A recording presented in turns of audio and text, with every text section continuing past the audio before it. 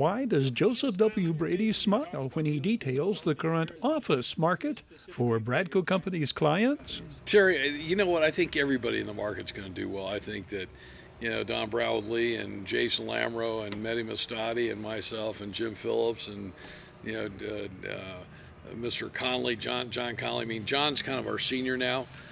He just had a monumental birthday, and we just had lunch here today. We went to each other's office, and I was trying to get him to do a real estate deal, so I brought him a sack of food and kind of worked him. But what I want to do is I want to share with our clients today where the office market is, because people ask me all the time, would you go build an office in the market today? Well, I think when COVID has changed that whole theory. We have a very different office market than you would have in, West LA or downtown San Diego or even the Inland Empire. When you think about the Inland Empire, 20 years ago, you didn't have an office building more than 3 stories high. There are a couple a day that are 5 and 6. Down at Riverside, they're getting, $350 a foot full service gross. I mean, which is absolutely unheard of. I mean, it's crazy. But the high desert region up here has, 5.6 million square feet. And we don't have a real big vacancy, but what happens is all the offices in different markets. You have Old Town Victorville, you have the Old Town portion of Hesperia, you have the Old Town portion of Apple Valley. Atlanta really doesn't have a whole lot. And then you've got a fair amount of older office in Barstow. So most of the office that we have up here is really kind of what we call B minus a C product. The vacancy has been relatively stable, because nobody's really built anything. And one of the challenges in building is not only the cost of construction. Now, the cost of construction is 40% higher now than it was in 2008 at the bottom market. And the cities and the fees. I mean, the cities charge mitigation fees for everything from roads to you name it. And so that's made it kind of challenging. So I think there's been a little pressure, not a ton of pressure on rents. So we'll see what kind of shakes out after this, after COVID's done. I think Terry, that COVID and the issues around it, win, lose, or draw on Tuesday, and whoever wins will be with us through August of next year. But let me segue into a separate conversation for our clients. We have a lot of clients out there that we represent that own land up here. And some of them, I think, are rather challenged with, we put it on the market and we either get an immediate hit right away, or we put it on the market and 6 months afterwards we really have to sit down and take a look at it. And we warn every single landowner of the following things. When people were buying land out here in the 30s, 40s, 50s, 60s, 70s, 80s, 90s, and even the early 2000s, they were doing it banking on beating inflation and making a good profit, and people usually did. So if you got on the path of land, I mean, think about it. If you were in the 1940s and you're following the 10 freeway out of downtown LA, and you got to Monterey Park, in San Gabriel, it wasn't very hard to say, okay, I'm going to buy a plot of land. Hopefully, a builder's going to come along and he's going to subdivide it. Well, we have a couple million acres out here, and the challenge is that the type of people that used to buy land years ago that believed in it are either dying, retiring, or moving out of the area, or have a lot of inventory, and we've seen that a lot. So some of them, will say, well, Joe, we got an offer in 2005. Immediately I will say, discount that offer in 2005 50%, and they'll go, you don't even know what it was. I don't have to know what it is. So for those that don't know of our clients, I was honored to be put on the San Bernardino County Tax Appeals Board by Gary Ovitt, Supervisor Ovitt, many years ago. I served on it for 7 years. So I really saw how the assessor works and the difference between assessed value and fair market value, and what the real issue were with real comps versus made-up comps, and the difference between when somebody says, well, Joe, but that guy has that listing, and I'll say, well, Mr. Smith, that guy that brokers had that listed for 2,000 days, So what I say to people now when they're listing land, look at the real comps, because I don't see them moving much more.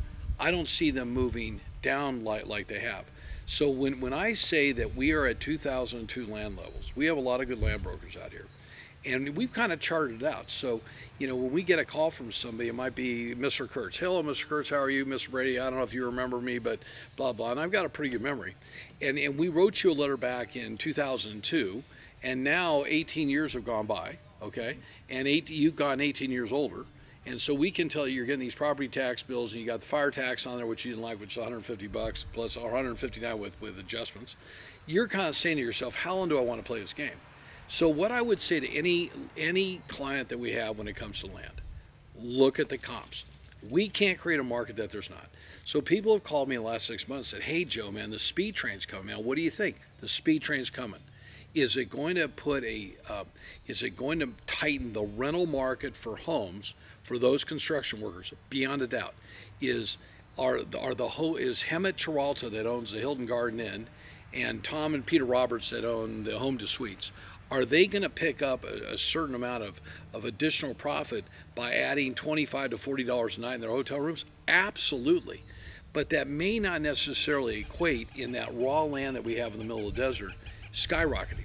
So people think, well, okay, the speed train's coming. Well, if the train goes by your property at 200 miles an hour, it's not going to stop.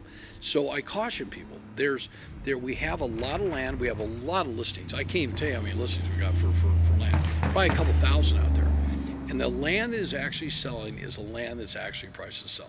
So let's say we identify and we say this is a $5,000 an acre piece of ground. Terry, I know what $100 an acre looks like. I know what $40 a square foot looks like. I mean, I can look at it, I can tell you. The challenge that you have is we get paid as well as the seller does, but we don't get paid for our effort. If the seller has expectations that maybe another broker told them, or another broker told them because they wanted that listing, then we can't help them. I'll tell you a line I've used, and some people might find this cute and some may find it not, and I've used it many times. I use it carefully. When people are trying to work you, and I say to you, Mr. Kurtz, your property's worth $550,000, you say, but Joe, I want you to list it for $1 million. I say to them, I'd rather be the first love, the second spouse, or the third broker, because I can't get you $1 million. If I could, I would list it for $1 million.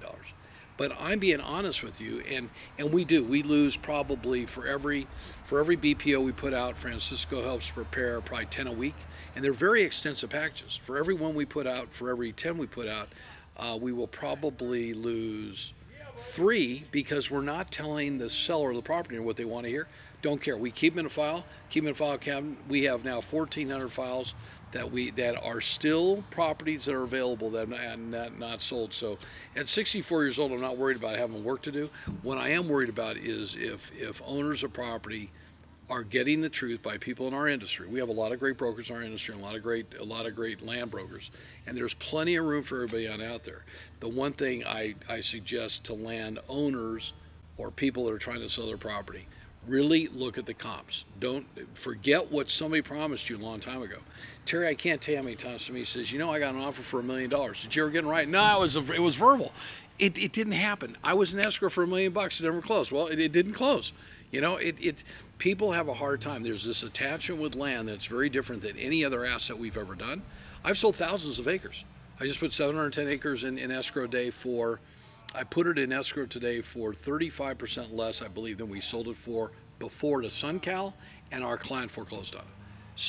So that's reality, and things are good. I mean, you know, Modway's coming in, and Ken Shear and Brandon Gallup and Mark Bulakovich. I mean, they knocked out of the park with Darla Longo and Walt Arrington. That's a great deal. And the speed train's coming, and there's all kinds of great things happening, but we have a lot of land out there. So people, I think, this time around need to be very careful. If they want to get out and they want to make some money, they just need to price it correctly.